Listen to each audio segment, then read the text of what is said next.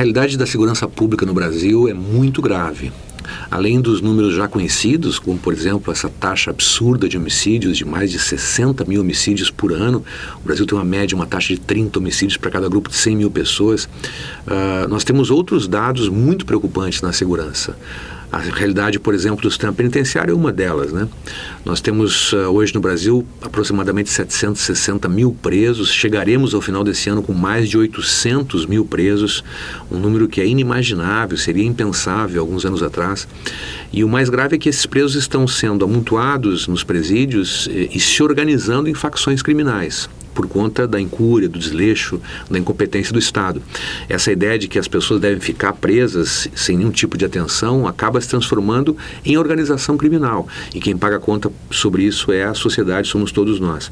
Então a realidade que nós temos nas nossas polícias é também preocupante. O Brasil tem um modelo de polícia que é um modelo muito ineficiente, um modelo que faz com que haja uma competição, até uma certa hostilidade entre as duas polícias em cada um dos estados.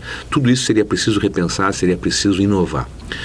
Com relação à disputa presidencial nesse segundo turno, o que nós percebemos claramente nos dois programas de governo é que há, de um lado, uma perspectiva de enfrentamento, uma abertura, pelo menos, de perspectiva para o enfrentamento desses grandes desafios no programa do candidato Fernando Haddad, que percebeu a gravidade, por exemplo, desse erro da política de encarceramento praticado no Brasil. Vejam vocês que a grande maioria dos presos brasileiros não são pessoas que foram condenadas por homicídio, né, ou por crimes sexuais. Quer dizer, para se condenar alguém à prisão por homicídio ou por um estupro, por exemplo, que são crimes gravíssimos, é preciso investigação, é preciso que haja um grande esforço das polícias civis para encontrar esse culpado. Mas o perfil dos presos não é esse. O perfil dos presos no Brasil é aquela pessoa que foi presa em flagrante, na rua, praticando delitos típicos da exclusão social. Então são crimes contra o patrimônio, furtos e roubos e pessoas envolvidas com drogas, seja pequenos traficantes, seja também usuários, né, apanhados, digamos assim, no rolo dessas prisões em flagrantes, como se fossem traficantes. Essa é a marca desse tipo de prisão. São prisões que não produzem nenhum efeito com relação ao tráfico, porque é uma mão de obra rapidamente reposta, né? Mas que vão organizar essas pessoas em facções criminais bastante perigosas que disputam o monopólio de venda de drogas no Brasil. Então é uma política ineficiente, né? A candidatura do Haddad percebeu isso. Esse é um ponto positivo nas suas propostas, né? Do ponto de vista daquilo que é apresentado pela candidatura de Bolsonaro, é impressionante, assim, primeiro a ignorância do candidato com relação à segurança pública. Ele não tem a menor noção do que acontece na área de segurança. E segundo, a irresponsabilidade de algumas propostas. Essa ideia que ele se representa no seu programa, de acabar com a progressão de regime, é simplesmente uma sandice, né? O Brasil, se terminasse com a progressão de regime, essa realidade que vivemos hoje nas prisões, que já é bastante grave, seria muito acirrada e no espaço de alguns meses isso implicaria em rebeliões em todo o país. O que nós faríamos com essa medida é tocar fogo nos presídios, literalmente. Quer dizer, os presos não têm a menor condição de suportarem uma realidade ainda superior de superlotação que seria produzido pela ausência de progressão de regime. No mais, é um erro imaginar que alguém possa ficar anos preso e ao final da pena abre-se a porta e ele volta para a rua, sem que haja nenhum tipo de transição na execução da pena de acordo com o mérito, de acordo com o comportamento dessa pessoa. Isso é errado. Do ponto de vista da execução penal, seria um erro bastante grave.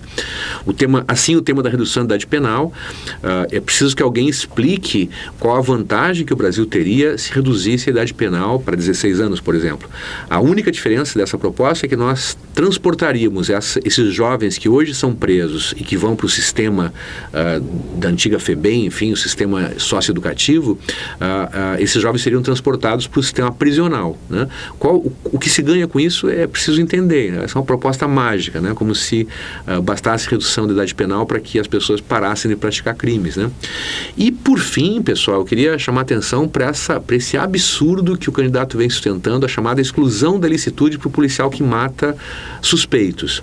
Na verdade, a exclusão da licitude é um instituto que já existe. Quer dizer, todo policial que mata alguém no exercício regular do direito, que faz isso de acordo com a necessidade, por exemplo, quando havia risco iminente à vida de outra pessoa, ou mesmo dele, né, policial, ele tem esse amparo jurídico chamado exclusão da ilicitude.